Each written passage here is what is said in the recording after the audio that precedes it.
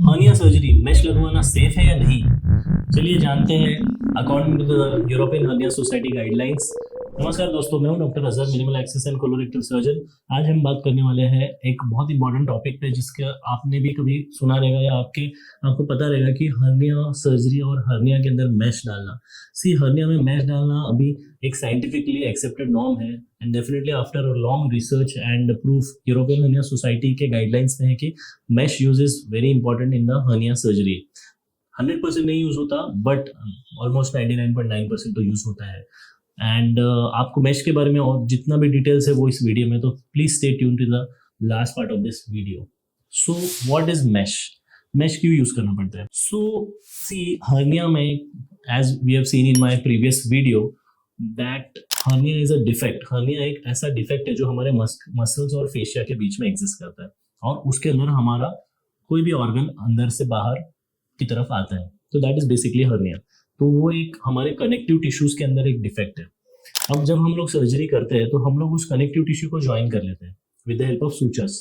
But जब आप sutures से उस टिश्यू को ज्वाइन करते हो, उसको री करने के लिए, मतलब स्टिल इवन आफ्टर सूचरिंग जो कनेक्टिव टिश्यू का लेयर बनता है वो वीक होता है, उसको स्ट्रॉन्ग बनाने के लिए हम लोग एक हर्निया के मैश के कवर को हम ऐड करते हैं।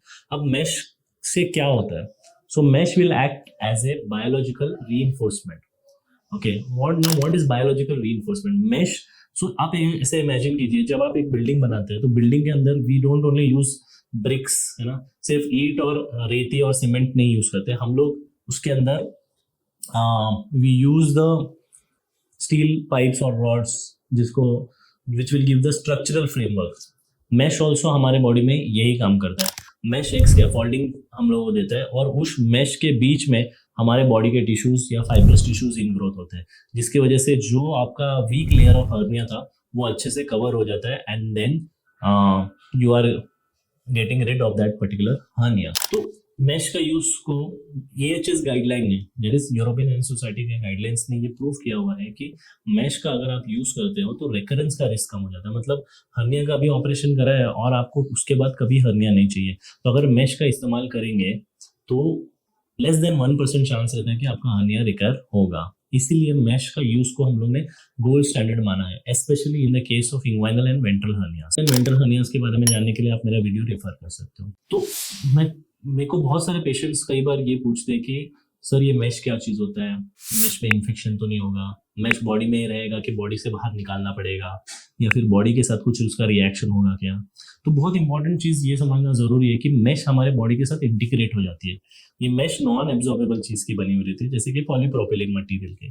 अब मैश के बीच में हमारा टिश्यू इंटीग्रेट हो जाता है and that is how our body gets rid of the hernia. Mesh जब हम लगाते हैं सर्जरी में, उसके बाद एक्चुअल रिपेयर अंदर से चालू होता है and it takes around 1 to 3 months for that hernia to become stabilised. So European Hernia Society के गाइडलाइंस के अनुसार हम अगर मैश का प्रॉपर टेक्निक से और स्टराइल कंडीशन से और सही ट्रेन सर्जन से and it a proper place use करते हैं तो कॉम्प्लिकेशन का रिस्क लेस देन 2% है। मीन्स मैश का इस्तेमाल करने से कोई खतरा बढ़ता नहीं है।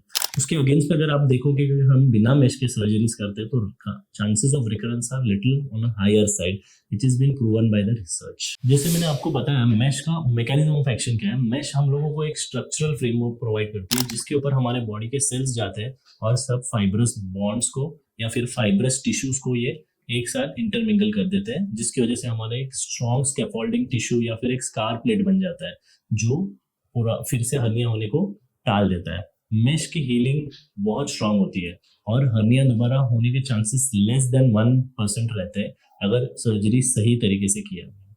अब EHS के अंदर और एक रिकमेंडेशन है जिसको हम लोग बोलते हैं टेंशन फ्री रिपेयर। टेंशन, जब आप हर्निया का डिफेक्ट देखोगे, अगर हम हर्निया के डिफेक्ट को सूचर से बंद करेंगे तो उसके बीच में कुछ टेंशन एग्जिस्ट करता है, मीन्स वो पुरानी जगह पे जाने की कोशिश करता है। बट अगर आप इस क्लोजर को मैश के साथ आप इंटीग्रेट कर दोगे तो उसके ऊपर का जो टेंशन रहता है वो कम हो जाता है। That's why we call it as tension free repair. अगर अब हम हेड ऑन हेड कंपैरिजन देखेंगे मैश वर्सेस नॉन मैश के, तो what are the important advantages of using a mesh? Recurrence risk कम हो जाता है, पेन रिस्क कम हो जाता है, हीलिंग एंड रिकवरी फास्ट हो जाती है। EHS की गाइडलाइन ने क्लियरली ये कहा है कि mesh repair is definitely better than non mesh repair in most of the patients. बहुत ही रेयर केसेस रहते हैं जहाँ पे एक बावल इन्फेक्ट हो गया या फिर एक बावल परफोरेट हो गया या फिर कोई प्रकार का इन्फेक्शन है। उस केस में हम लोग परमानेंट मैश को प्रिवेंट करते हैं, हम उसमें मैश नहीं यूज करते and we do only tension closure. But ऐसे लोगों में हर्निया रिकरेंस होने के चांसेस ज्यादा रहते हैं। लेकिन इमरजेंसी में and in presence of infection you can never use the mash. This is very important समझना। मैश जनरली काफी सेफ है बट कुछ स्पेसिफिक कंडीशन में हमें मैश का यूज नहीं करना चाहिए, जैसे कि अभी मैंने कहा एक्टिव इन्फेक्शन या फिर किसी को एलर्जी होती है मैश के मटेरियल की। It is very rare. Chronic immunosuppressions, अगर कोई पेशेंट जो ट्रांसप्लांट पेशेंट है या फिर बहुत ही इम्यूनोसप्रेशन वाला पेशेंट है तो उसके केस में भी हमें बहुत केयरफुली मैश के इस्तेमाल करना पड़ता है। And one more thing is where you suspect cancers, अगर कैंसर के अंदर मैश इस्तेमाल करेंगे तो फिर वो काफी फैल जाएगा या मैश के साथ उसका रिएक्शन हो जाएगा, तो that is also contraindication in using the mash. ये चीज और भी ये कहता है कि केयरफुली सिलेक्टेड पेशेंट्स में मैश अवॉइड किया जा सकता है, लेकिन 90% ऑफ द केसेस में मैश इज प्रेफरेबल। सो चलिए रैपिड फायर हम लोग कर लेते हैं। मैश बॉडी में कहाँ जाता है? मैश बॉडी में कहीं पे भी नहीं जाता, मैश के साथ बॉडी का इंटरेक्शन होता है एंड मैश इंटीग्रेट हो जाता है हमारे बॉडी के टिश्यूज के साथ। ओके, सेकेंड थिंग, मैश लगाने के बाद पेन होता है, टेम्पररी डिस्कम्फर्ट होता है, लेकिन पेन होने का कोई रीजन नहीं है क्योंकि मैश हमारे नर्व्स के साथ अगर कोई इशू रहेगा तो ही पेन हो सकता है, बट मैश के वजह से पेन होता है, it is absolutely wrong. Mesh remove करना पड़ता है बहुत ही रेयरली, लेस देन 2% पेशेंट्स में अगर इन्फेक्शन हो गया है या फिर कोई कॉम्प्लिकेटेड है पेशेंट्स के अंदर, तभी ही केसेस में हमें मैश निकालना पड़ता है। 98% ऑफ टाइम मैश निकालने की जरूरत कभी नहीं पड़ती। तो हमने क्या कंक्लूड किया इस वीडियो से? हमने ये कंक्लूड किया कि हर्निया रिपेयर्स में आजकल 98% ऑफ द टाइम मैश का रिकमेंडेशन है। मैश यूज करने से रिकरेंस का रेट कम हो जाता है और मैश के कोई खास साइड इफेक्ट्स नहीं है और EHS के गाइडलाइंस के मुताबिक मैश हर्निया सर्जरी में फर्स्ट चॉइस है। तो आप या आपके किसी दोस्त को अगर हर्निया या रिलेटिव को, आपके फादर को, अंकल को, फ्रेंड को, किसी को भी हर्निया है तो आप उन्हें प्रॉपर सर्जन के पास गाइड कीजिए। उनका कौन सा टाइप का रिपेयर हो रहा है, कौन सा हर्निया है, कैसे रिपेयर हो रहा है, डेफिनेटली इसके बारे में आप इंक्वायर कीजिए और ये वीडियो को मैक्सिमम लोगों के साथ शेयर कीजिए, क्योंकि मेरी कोशिश यही है कि मैं जितना भी मेरा नॉलेज है सिंप्लीफाइड लैंग्वेजेस में आप तक पहुंचाऊं और आप अपने फ्रेंड्स तक पहुंचाइए। Thank you so much for the